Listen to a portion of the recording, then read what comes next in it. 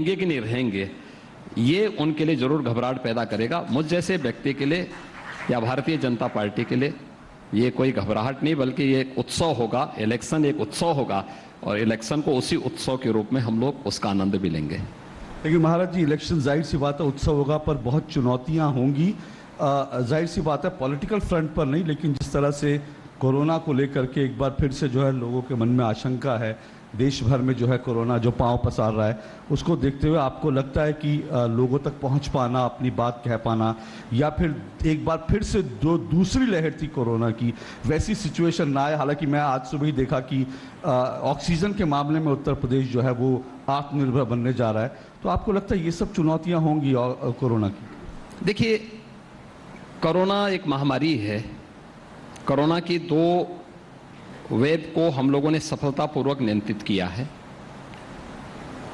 Third wave second wave की तुलना में अगर हम देखें तो संक्रमण में तीव्रता है, लेकिन उतना वह क्रिटिकल नहीं है और उतना खतरनाक भी नहीं है। हाँ, बीमारी है तो बीमारी में सतर्कता और सावधानी आवश्यक है। बुजुर्ग लोगों को, बीमार लोगों को, कमजोर इम्यूनिटी के लोगों को और बच्चों को इन्फेक्शन से बचाना होगा। ये हर एक की प्राथमिकता होती है और हमारे ये कार्यक्रम पहले से चल भी रहे हैं। मैं नियमित रूप से आधे घंटे के लिए ही सही, लेकिन 25 मार्च 2020 से अब तक कोविड प्रबंधन की बैठक की समीक्षा स्वयं करता हूं और मैं इस बात को मानता हूं कि कोरोना प्रबंधन उत्तर प्रदेश के अंदर सफलतापूर्वक होगा। हम प्रधानमंत्री मोदी जी के मार्गदर्शन और उनकी प्रेरणा से उत्तर प्रदेश ने 2 लहर का सफलतापूर्वक सामना भी किया और बेहतरीन कोरोना प्रबंधन से देश में भी और दुनिया में भी एक सराहना अर्जित की है। और मुझे लगता है कि थर्ड वेव आ चुकी है। थर्ड वेव में घबराने की आवश्यकता नहीं, भागने की आवश्यकता नहीं, बल्कि सतर्कता और सावधानी से इसका सामना करने की आवश्यकता है।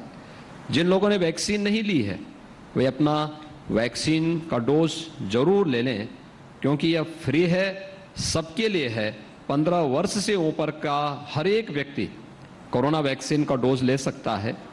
और जो सतर्कता और सावधानी इसके लिए की गई है, जो गाइडलाइन बनाई गई है, उस गाइडलाइन का पालन करते हैं तो कोरोना किसी का कुछ नहीं बिगाड़ पाएगा। बाकी हम लोग हैं ना कोरोना से जूझने के लिए।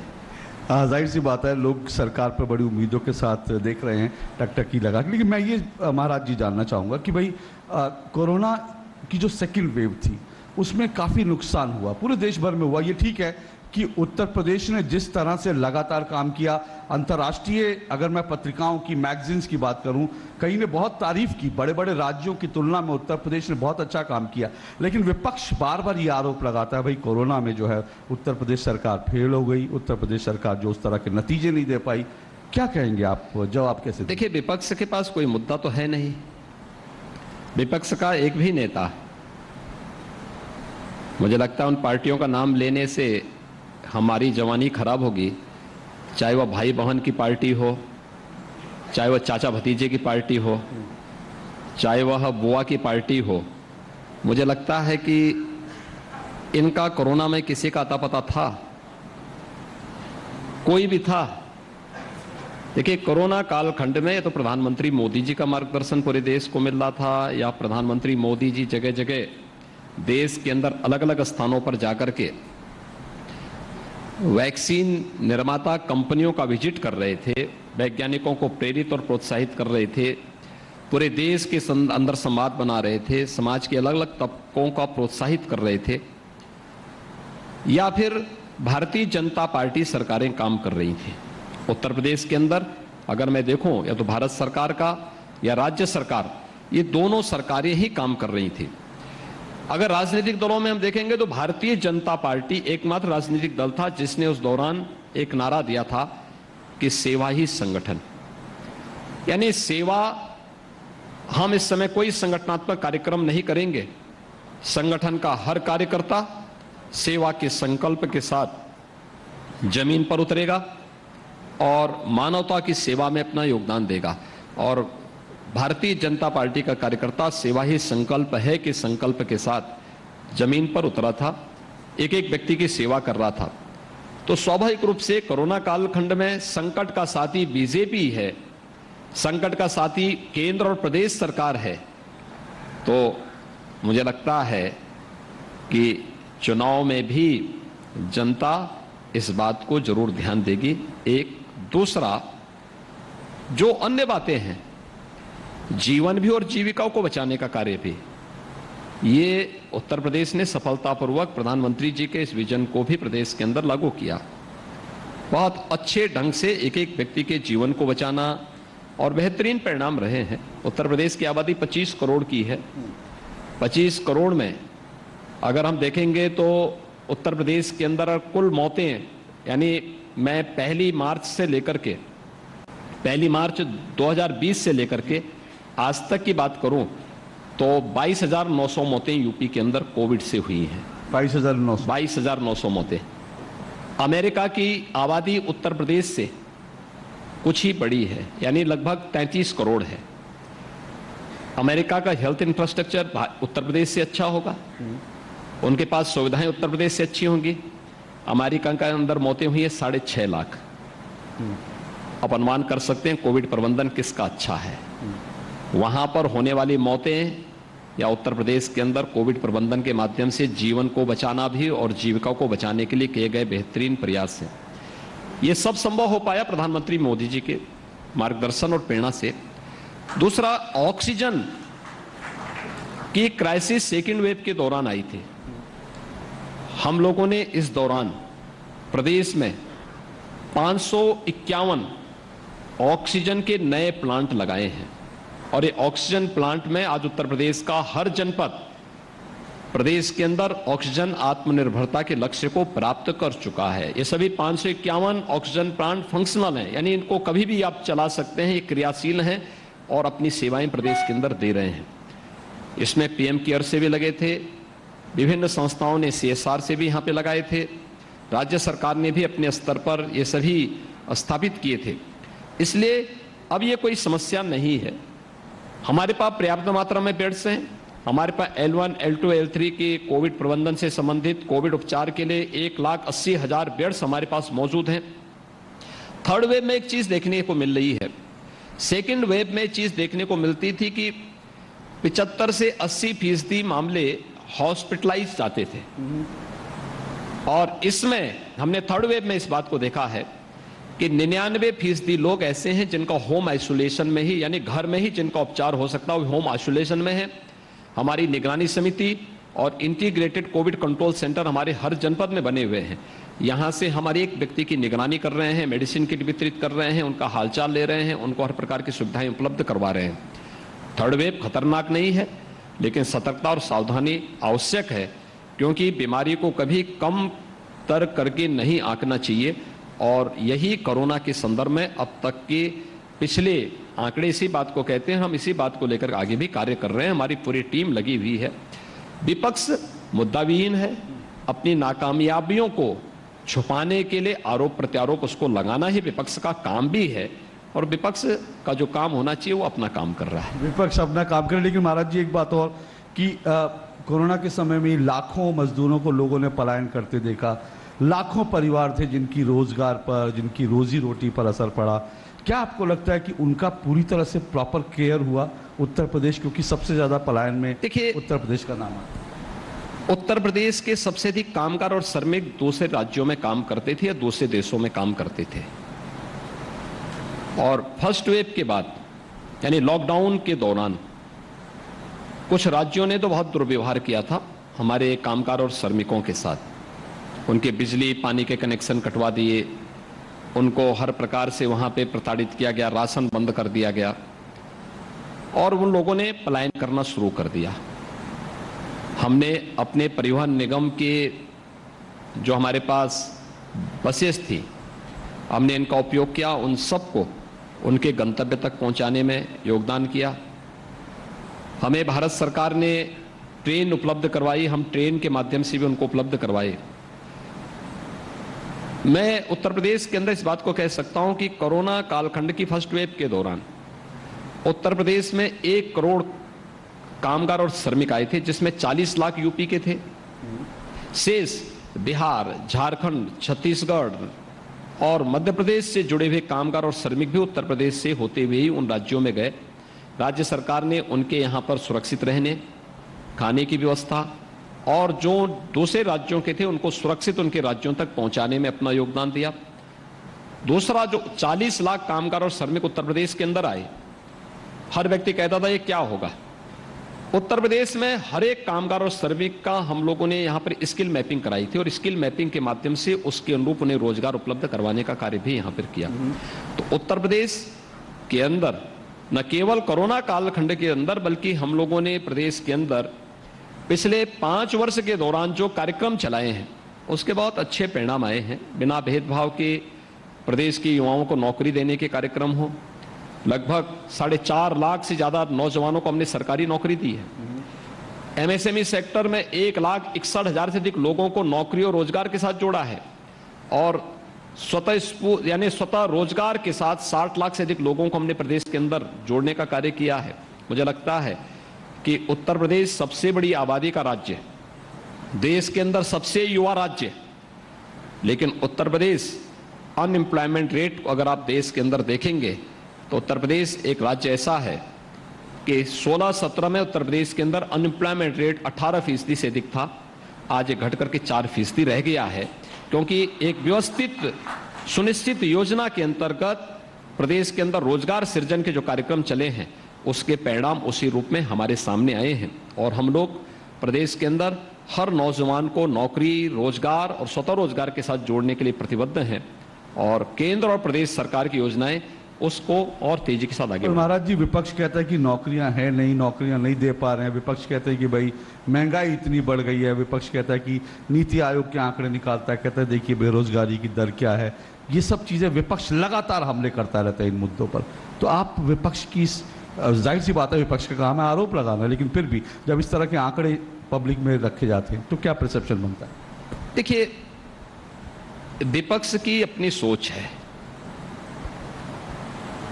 उत्तर प्रदेश के अंदर 2017 के पहले कोई नौकरी निकलती थी तो उस नौकरी के लिए परिवार में विवाद होता था कि इसकी वसूली कौन करेगा। चाचा भतीजे में विवाद का कारण यही था, भाई बहन में विवाद का कारण ही यही है।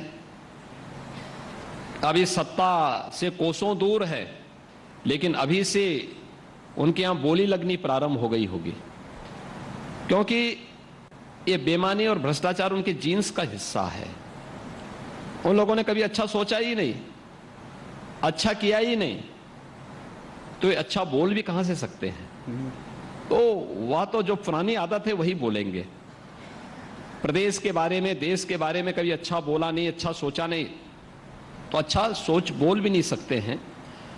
लेकिन हमने जो कहा है वह करके दिखाया है और राज्य में मिले हुए राज्य में जिन नौजवानों को नौकरी मिली है, रोजगार मिला है, स्वतः रोजगार के साथ जो लोग जुड़े हैं वे पूरे प्रदेश के अंदर फैले हुए हैं। ऐसा नहीं कि किसी एक गांव, किसी एक जनपद में, पूरे प्रदेश के अंदर फैले हुए हैं। हर एक तबके को इसके साथ जोड़ने का कार्य हुआ है और उसका लाभ हमें चुनाव में प्राप्त होगा। तो फर्क दिखता है क्या? क्योंकि बड़ा एग्रेसिव कैंपेन बीजेपी का चल रहा है, फर्क दिखता है और मैं देख रहा हूं कि विपक्ष भी अब तो फर्क दिखने की बात करने लगा है। हाँ, अच्छा, फर्क क्यों नहीं दिखेगा। 2017 के पहले प्रदेश में दंगे होते थे, पेशेवर दंगाइयों को मुख्यमंत्री आवास में बुला के सम्मानित किया जाता था। सरकार और पुलिस उनके सामने गिड़गिड़ाती थी दंगाइयों के सामने। 2017 के बाद भी परिवर्तन आया है। आज पेशेवर दंगा किसी बिल के अंदर छुपा हुआ है या दूसरे लोग की यात्रा में जा चुका है। उत्तर प्रदेश के अंदर खोल करके, सिर उठा करके, दंगा करके चलने का तो साहस नहीं कर सकता है। 2017 के पहले प्रदेश के अंदर आतंकवादी जहां मर्जी वहां विस्फोट कर लेते थे। 2017 के बाद एक भी विस्फोट नहीं हुआ, एक भी दंगा नहीं हुआ। ये फर्क साफ है।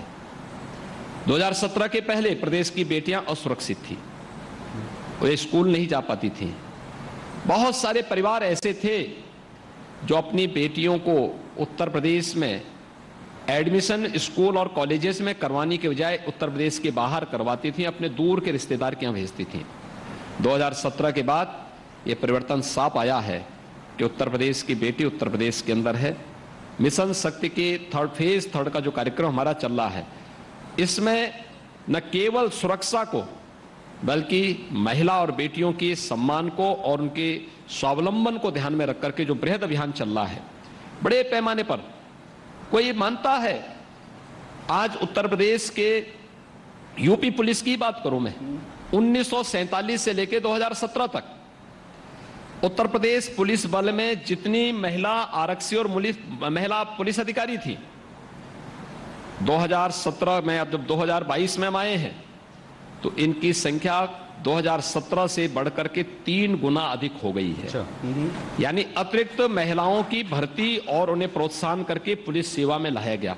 ऐसे ही शिक्षकों की भर्ती में, ऐसे जीवन के क्षेत्र में।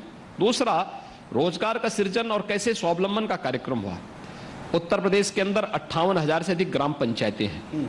हर ग्राम पंचायत में बैंकिंग कॉरेस्पॉन्डेंट सखी, हर ग्राम पंचायत में बैंकिंग का सारा कार्य।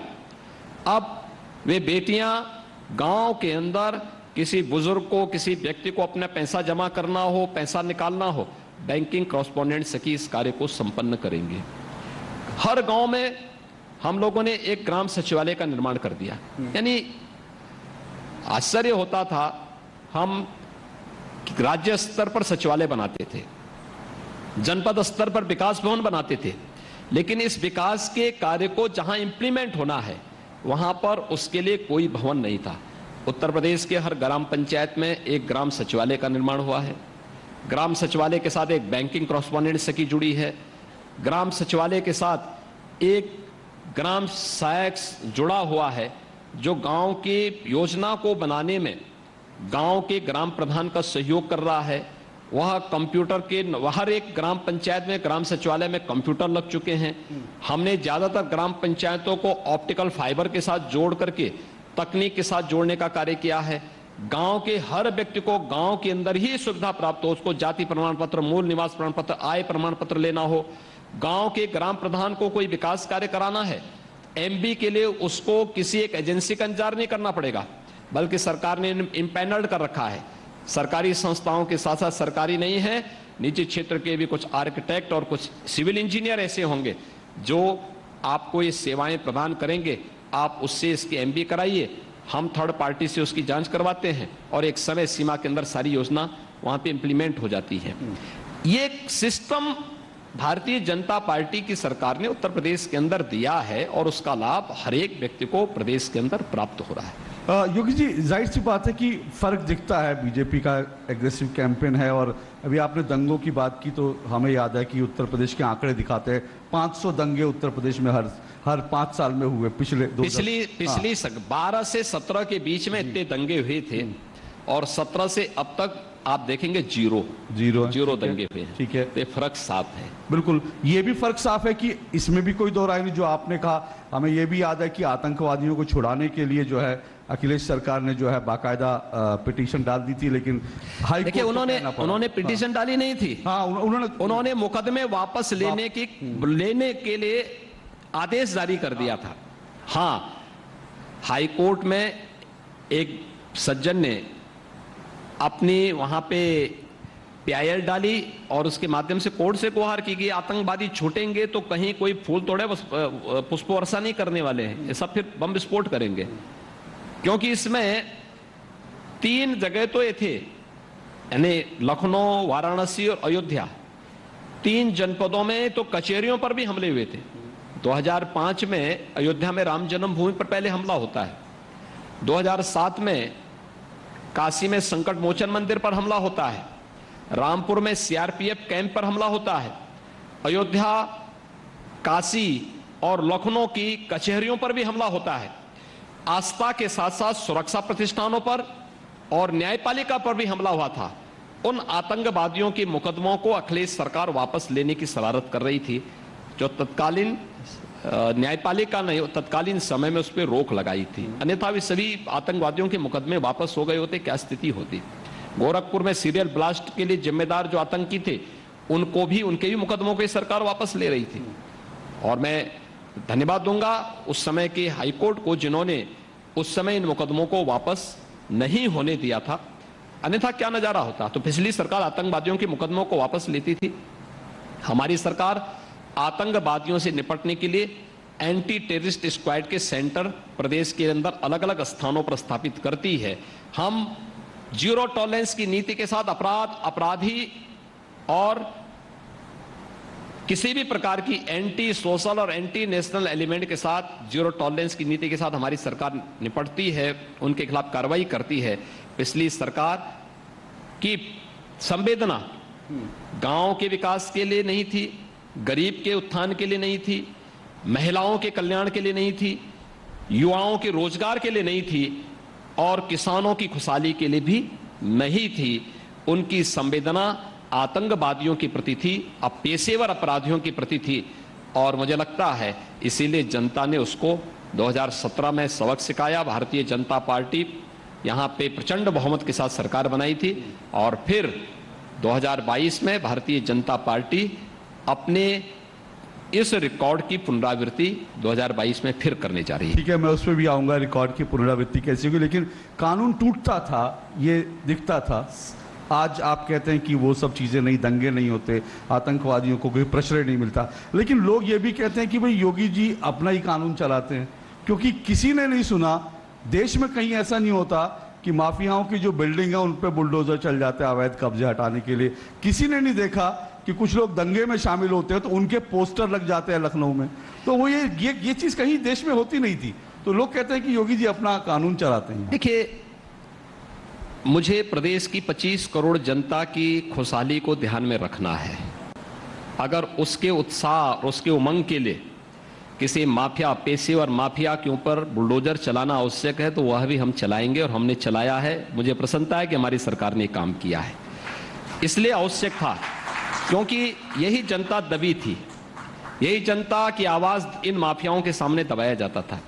वह किसी गरीब का, किसी कमजोर का, किसी दलित का, किसी व्यापारी की संपत्ति पर कब्जा करते थे, विकास की योजनाओं पे डकैती डालते थे, कोई उनको रोक टोक नहीं थी, उनके अवैध संपत्ति का उन्होंने सृजन किया। और बहुत सारी जगह तो यहां लखनऊ में तो एनिमी प्रॉपर्टी पर, एनिमी प्रॉपर्टी, उसमें राज्य सरकार केवल उसका कस्टोडियन होता है। डीजीपी बंगले से 500 मीटर की दूरी पर एक माफिया ने अपनी 4 हवेली खड़ी कर दी थी। हम लोगों ने पूछा भी आखिर ये कैसे? 2011 से लेकर 2016 के बीच में सब बने थे, इल्लीगल था। हमने कहा भी अवैध तरीके से बनाया गया है, तो अब जो अवैध है तो उसके लिए तो बुलडोजर ही उसका साथी हो सकता है। तो उसमें बुलडोजर चले हैं। जहां पर सार्वजनिक संपत्ति किसी व्यक्ति की संपत्ति नहीं होती, वो मेरी संपत्ति व्यक्तिगत नहीं है। आपको मुझसे विद्वेष हो सकता है, लेकिन सार्वजनिक संपत्ति को क्यों हम नुकसान पहुंचा रहे हैं? आपको मेरे खिलाफ चुनाव लड़ना, मेरे खिलाफ लड़िए, मेरे खिलाफ बोलना, मेरे खिलाफ बोलिए। वो प्रदेश की जनता की गाड़ी कमाई के टैक्स से मिला हुआ पैसा है, जिसको वो सार्वजनिक संपत्ति खड़ी हुई है, देश की संपत्ति है, वो राज्य की प्रॉपर्टी है। हम कस्टोडियन मात्र उसके हैं, लेकिन मेरा यह दायित्व बनता है कि उसकी संपत्ति, उस संपत्ति की रक्षा हम करें। जिन लोगों ने सार्वजनिक संपत्ति जलाई है, उन्हें नष्ट करने का प्रयास किया है। ये प्रवृत्ति थी पहले, 2017 के पहले उन संपत्तियों को नष्ट करने वाले लोगों को सम्मानित करती थी राज्य सरकारें। हमने कहा भी नहीं, ये नहीं होना चाहिए, ये सार्वजनिक संपत्ति को नुकसान पहुंचा रहे हैं और इसका इन्हें भुक्तभोगी होना चाहिए। हमने कानून बनाया, पहले हमने ऑर्डिनेंस लेके आए। जब माननीय न्यायालय में इसकी सुनवाई होने लग गई तो हमने एक्ट बनाया, एक्ट बना करके फिर पोस्टर भी चस्पा किए और उनसे वसूली भी प्रारंभ की। आज मैं कह सकता हूं उत्तर प्रदेश के अंदर अगर कानून का राज है तो इसलिए है क्योंकि एक गरीब, एक गांव, एक किसान, एक नौजवान और एक महिला के प्रति सरकार जितनी संवेदनशील है, उतना ही अपराधियों और एंटी सोशल और एंटी नेशनल एलिमेंट के प्रति सरकार उतनी सख्त भी है। ये दोनों जब एक साथ चलेंगे, शास्त्र और शस्त्र दोनों में जब समन्वय होगा तो राज्य की व्यवस्था चलती है। जब दोनों में विसंगति होगी तो असंतुलन कहीं का नहीं छोड़ती किसी को। इसलिए असंतुलन राज्य की व्यवस्था में ना आए, इसके लिए हम लोगों ने ये इस प्रकार की कार्रवाई को यानी आगे उत्तर प्रदेश में ये भी है कि सावधान रहना पड़ेगा, नहीं तो योगी जी कब किसके कहाँ पोस्टर चिपका देंगे और उसको पूरे देश में ख्याति मिल जाएगी। ख्याति तो नहीं कहते उसको, कुख्याति देखिए, हर एक कहते हैं, लेकिन सामान्य व्यक्ति को घबराने की आवश्यकता नहीं। सामान्य व्यक्ति के साथ तो सरकार खड़ी है जी। हाँ, जो अपनी नकारात्मक मानसिकता के साथ सार्वजनिक संपत्ति को नुकसान पहुंचाना चाहते हैं, वो मान के चलिए कि उनके पोस्टर भी चस्पा होंगे और उनसे वसूली भी होगी। जो लोग, जिन लोगों ने गरीबों का, व्यापारियों का या फिर किसी सम्मानित व्यक्ति की प्रॉपर्टी पर कब्जा करके जबरन अपनी हवेली खड़ी की है, तो या तो वह हवेली वो वापस उनको करें, नहीं होती है तो इस सरकार की कार्रवाई तो आगे बढ़ेगी। जो अवैध है वो अवैध ही रहेगा। तो एक सवाल, क्योंकि प्रधानमंत्री जी ने एक बात कही थी और वो बहुत पॉपुलर भी हुई कि यूपी प्लस योगी यानी उपयोगी। तो ये यूपी प्लस योगी उपयोगी, योगी जी किसके लिए उपयोगी हैं? ये बात थोड़ा सा, क्योंकि गरीबों के लिए उपयोगी हैं, उत्तर प्रदेश की आम जनता के लिए, क्योंकि कई लोग ये भी कहते हैं कि भाई आप कुछ लोगों का ख्याल रखते हैं, कुछ लोगों को छोड़ देते हैं, कुछ लोग आपके निशाने पर होते हैं। देखिए, प्रधानमंत्री जी ने जो उस समय एक स्लोगन दिया उत्तर प्रदेश के नागरिकों को, उन्होंने ये कहा कि यूपी प्लस योगी बहुत उपयोगी। प्रधानमंत्री जी ने वैसे ही नहीं कहा होगा। 2017 के पहले प्रधानमंत्री आवास योजना में मात्र 18,000 आवास सैंक्शन हुए थे, वह आवंटित भी नहीं हुए थे। 2017 के बाद अब तक 43 लाख गरीबों को एक एक आवास प्रदेश के अंदर मिला है। तो क्या उन 43 लाख परिवारों के लिए यह राज्य सरकार उपयोगी नहीं है क्या? 2017 के पहले कुछ लोगों को स्वच्छ भारत मिशन में शौचालय बामुश्किल मिल पाए थे, उसके लिए भी सिफारिश करनी पड़ती थी। हमारी सरकार आई, 2,61,00,000 परिवारों के लिए एक एक शौचालय बना दिए गए। उन 2,61,00,000 परिवारों के लिए हम लोग उपयोगी ही होंगे। 2017 के पहले प्रदेश में भूख से मौतें होती थीं। 2017 के बाद 15 करोड़ गरीबों को फ्री में राशन की सुविधा और हर जरूरतमंदों को राशन की सुविधा प्रदेश के अंदर प्राप्त हो रही है। तो उन गरीबों के लिए जिनको आपदा के समय सरकार फ्री में राशन दे रही है, उनके लिए सरकार उपयोगी ही होगी। 2017 के पहले प्रदेश के अंदर हेल्थ सेक्टर की स्थिति बहुत खराब थी। यानी 1947 से लेकर 2017 तक क्या कर रही थी सरकारें? मुझे तो आश्चर्य होता है कि 1947 से 17 में 70 वर्षों में केवल 12 मेडिकल कॉलेज यूपी में बने थे गवर्नमेंट सेक्टर में, और इस समय उत्तर प्रदेश के 75 जनपदों में से 61 जनपद में एक मेडिकल कॉलेज या तो बन चुका है या बन रहा है। ये है उपलब्धि। प्रदेश ने आज हर एक क्षेत्र में जो उपलब्धियां हासिल की हैं, वह प्रदेश के प्रत्येक नागरिक के जीवन में बिना भेदभाव के प्रत्येक नागरिक के जीवन में वे परिवर्तनकारी बनी हैं, उनकी खुशहाली का कारण बनी है। और ये योजनाएं हमने किसी की जाति, किसी का मत, किसी का मजहब, किसी का क्षेत्र, किसी की भाषा देख करके नहीं दी। सबका साथ, सबके विकास के भाव को ध्यान में रख करके प्रधानमंत्री जी के इस मंत्र को ध्यान में रख करके इन योजनाओं को प्रदेश के अंदर लागू किया। आज इसका लाभ प्रदेश का हर व्यक्ति पा रहा है। तो स्वाभाविक रूप से सरकार करेगी तो उपयोगी होगी।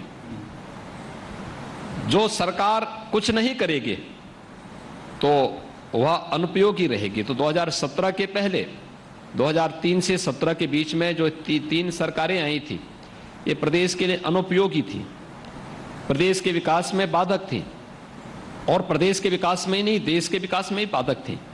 2017 के बाद जो सरकार आई, वह न केवल विकास के मुद्दे पर, बल्कि हमारी सरकार ने जीवन के प्रत्येक क्षेत्र में प्रभावी ढंग से कार्य किया। देखिए, हम लोग राजनीति में आए हैं, सत्ता हासिल करने के लिए नहीं आए हैं, एक संकल्प के साथ आए हैं। और वो संकल्प है, एक राष्ट्रवाद के मुद्दे से कभी इधर उधर नहीं होंगे। दूसरा संकल्प है, सत्ता में रहेंगे तो सुशासन के लक्ष्य को हर हाल में प्राप्त करेंगे। और तीसरा है, अगर हम सत्ता में हैं तो हर एक चेहरे पर खुशहाली लाने के लिए विकास को प्राथमिकता देंगे। और मुझे प्रसन्नता है, हमारी सरकार ने तीनों संकल्पों को अक्षरशः लागू किया है। मैं सर राष्ट्रवाद के मुद्दे पर जरूर आऊँगा, क्योंकि वो एक ऐसा विषय है जिसको लेकर योगी जी हमेशा सुर्खियों में रहते हैं। लेकिन एक बात, क्योंकि प्रधानमंत्री जी का जिक्र चला, प्रधानमंत्री जी के साथ आपकी पिछले दिनों 2 फोटो बड़ी वायरल हुई थी। एक इसमें आपके कंधे पर हाथ उसको रख कर चल रहे थे, वो तो बड़ी उस पर चर्चा हुई। लेकिन एक काशी की भी तस्वीर आई कि आप और प्रधानमंत्री जी रात को 1 बजे स्टेशन पर सब जगह जाके चीज जगह का जायजा ले रहे हैं, डेवलपमेंट का जायजा ले रहे हैं। तो लोगों ने कहा कि भाई मोदी जी पहले कहते थे ना खाऊंगा ना खाने दूंगा, अब वो कहते हैं ना सोऊंगा ना सोने दूंगा। तो आइडिया किसका था कि रात को निकल जाए, रात को जाकर के इस तरह से? आपको लगा कि देखिए प्रधानमंत्री जी उस दिन रात्रि में थे, काफी रात में उस दिन प्रधानमंत्री जी निकले थे। और ऐसा नहीं, काशी विजिट के दौरान प्रधानमंत्री जी अक्सर काशी के विकास कार्यों, क्योंकि काशी के प्रधानमंत्री जी काशी के सांसद भी हैं, इससे पहले भी कई बार प्रधानमंत्री जी रात्रि में काशी के अंदर विकास कार्यों की विजिट में निकले हैं, रात्रि में निकलते हैं। और हाँ, उस समय केवल प्रधानमंत्री जी के साथ मैं ही रहता हूं, बाकी कोई तामझाम नहीं रहता है। और हम लोग निकले थे देखने के लिए। 13 दिसंबर को जब काशी विश्वनाथ धाम का लोकार्पण का कार्यक्रम होना था, तो उस लोकार्पण के कार्यक्रम के दौरान कुछ चीजें थी, जैसे हमें ये चीज देखनी थी। उस दिन लगन बहुत ज्यादा थे, शादी ब्याह के बहुत सारे मुहूर्त थे, और मुहूर्त होने के नाते ये तय था कि अगर हम लोग सड़क पर आते तो आवागमन में बाधा हो सकती थी। तो प्रधानमंत्री जी ने इन चीजों का ध्यान रखा। उन्होंने इस बारे में पूरी जानकारी ली कि भाई सड़क पे कब तक शादी ब्याह के सारे कार्यक्रम संपन्न हो जाएंगे और कैसे हो पाएंगे। तो ये बताया गया कि साहब ये सब 11:30 बजे तक संपन्न हो चुका होगा। तो हम लोग 12 बजे के बाद फिर निकले, रात्रि 12 बजे तक निकले। उस दिन हम लोगों ने काशी के विकास के एक विजन को भी देखा था। उस दिन काशी वासियों ने काशी विश्वनाथ धाम के लोकार्पण के अवसर पर प्रधानमंत्री जी के स्वागत के लिए भव्य दीपावली का आयोजन भी किया था। तो दीपोत्सव का भी एक आयोजन काशी में था, और पूरे देश के लगभग 19 मुख्यमंत्री और उप मुख्यमंत्री इस अवसर पर काशी में थे। तो उनके साथ भी विकास से जुड़े हुए विभिन्न मुद्दों पर प्रधानमंत्री जी चर्चा किए थे। लगभग 6 घंटे तो ये चर्चा पर ही समय हम लोगों का व्यतीत हुआ, जिसमें विकास के विभिन्न मुद्दे पर, प्रत्येक नागरिक के जीवन में परिवर्तन लाने के मुद्दे को लेकर के, और इन सभी मुद्दों पर चर्चा हुई। और फिर रात्रि को 12 बजे के बाद हम लोग निकले थे, जिसमें काशी विश्वनाथ धाम को काशी के अंदर स्मार्ट सिटी मिशन के अंतर्गत कैसे हम स्मार्ट सिटी मिशन का बेहतरीन उपयोग कर सकते हैं, इस मुद्दे को लेकर, और काशी के अंदर रेलवे की, यानी रेलवे प्लेटफॉर्म एयरपोर्ट की तर्ज पर वह बन सके, वह काशी बनारस का जो रेलवे स्टेशन है उसको भी प्रधानमंत्री जी ने रात्रि में देखा, उसका अवलोकन किया। यद्यपि वहां पे कोई अधिकारी नहीं थे, क्योंकि किसी को जानकारी नहीं थी, केवल हम ही 2 लोगों को रहना था, तो कोई अधिकारी वहां मौजूद नहीं था संजोग से। लेकिन एक एक चीज को उन्होंने अवलोकन किया। इससे पहले भी कई बार प्रधानमंत्री जी वहां पर निकले हैं, और मुझे लगता है ये चीजें पहली बार देश देख रहा है कि एक प्रधानमंत्री ने, अब तक होता क्या था, कोई मुख्यमंत्री या प्रधानमंत्री बनता था तो अपने परिवार के बारे में सोचता था, और पहली बार देश ने देखा है कि प्रधानमंत्री जी के लिए, मोदी जी के लिए पूरा देश ही परिवार है। उसकी सुरक्षा, उसकी समृद्धि, उसकी खुशहाली के लिए योजनाओं बनाना, उसको लागू करना, उसको हर यानी प्रभावी ढंग से उसके क्रियान्वयन की कार्रवाई करना, ये चीज देश ने देखा।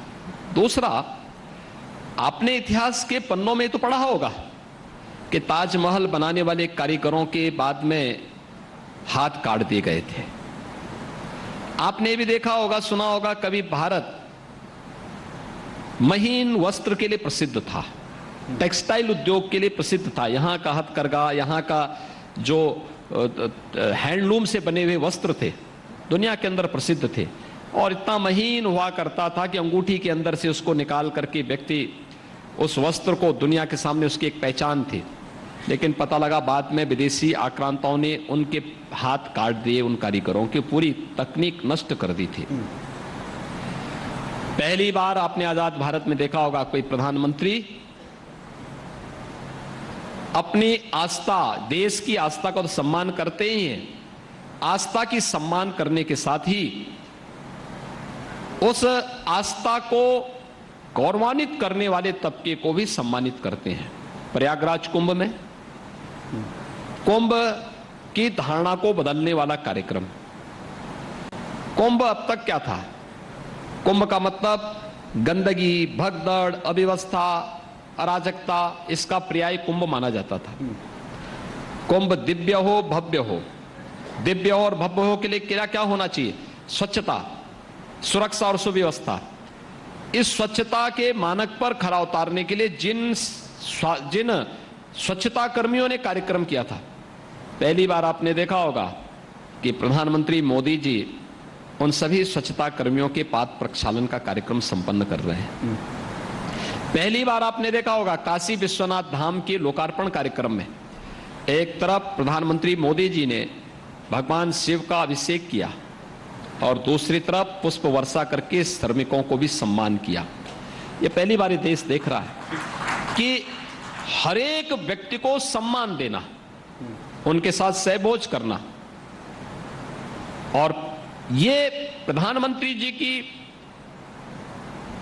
संवेदना को प्रदर्शित करता है कि समाज के प्रत्येक तबके को सम्मान देना और उसके प्रोत्साहन के माध्यम से फिर समाज को भी उस दिशा में सोचने के लिए मजबूर कर देना। काशी की घटना, प्रयागराज की घटना, ये सभी उसके उदाहरण हैं। और प्रधानमंत्री मोदी जी के साथ उस दिन काशी में 13 दिसंबर को रात्रि में हम लोगों ने पूरे योजनाओं का वहां पे भ्रमण किया, वहां पे नजदीक से उसको महसूस किया। एक दूसरा, प्रधानमंत्री जी के साथ जिस फोटो की आप चर्चा कर रहे थे, यही सामान्य फोटो, वही फोटो है जिसमें वह यही विकास और सुशासन के लक्ष्य को प्राप्त करके सरकार को समाज के प्रत्येक तबके के लिए, देखिए हम लोग जब तक चुनावी समर में हैं हम अपनी बात कहेंगे, लेकिन जब सत्ता में होंगे तो सत्ता के सिंहासन पर बैठने के बाद एक समदृष्टि सबके प्रति करना होगा। कम स्टोरी दिखाई है, लेकिन मैं इधर देख रहा हूँ कि बीबीसी